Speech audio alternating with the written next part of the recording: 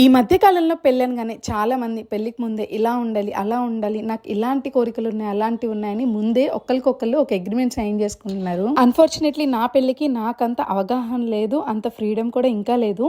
But పెళ్ళి అయితే చేసుకున్నాను కానీ ఇలా ఉండాలి, అలా ఉండాలని ఎలాంటి కండిషన్స్ పెట్టలేదు. కొన్ని మనం ఆ దేవుణ్ణి కోరుకోకపోయినా మంచి విషయాలు మన లైఫ్ లో దానంతట అవే జరిగిపోతూ ఉంటాయి. అలా నా లైఫ్ లో జరిగిన ఒక మంచి విషయం, అలాగే నా లైఫ్ టైం అచీవ్మెంట్ లాగా మా హస్బెండ్ అనమాట. ఢిల్లీ నుంచి వెళ్లే తొందరలో అసలు ఈవినింగ్ నేను స్నాక్స్ ఏం ప్రిపేర్ చేయట్లేదు, అలాగే లంచ్ కూడా ఏదో ఒకటి చేసేసి అలా గడిపేస్తున్నాను. మా హస్బెండ్ ఈవినింగ్ వచ్చేసరికి దిగాలుగా మొహం పెట్టుకుని చాలా నీరసంగా కనిపించేసరికి నన్ను ఇలా బయటకు తీసుకొచ్చారు. అసలు విషయం ఏంటంటే నేనైతే ఏదో ఒకటి అన్నా తిన్నాను, తనైతే మధ్యాహ్నం లంచ్ కూడా రాలేదు. అయినా సరే చాలా పాజిటివ్ గా వచ్చి నన్ను ఏంటి అలా ఉన్నావు, బయటకు వెళ్దాం పదా అని చెప్పి తీసుకొచ్చి ఇలా ఫుడ్ పెట్టించగానే నిజంగా నా కడుపు నిండిపోయింది, అలాగే మనసు కూడా సంతోషంతో నిండిపోయింది. నాకు తెలీదు అప్పటి వరకు నేను అంత ఆకలితో ఉన్నానని. సర్ప్రైజ్ గిఫ్ట్లు ఇచ్చే హస్బెండ్ రాకపోయినా పర్లేదు, ఇలా మన ఆకలి తెలుసుకునే హస్బెండ్ వస్తే చాలా అనిపించింది.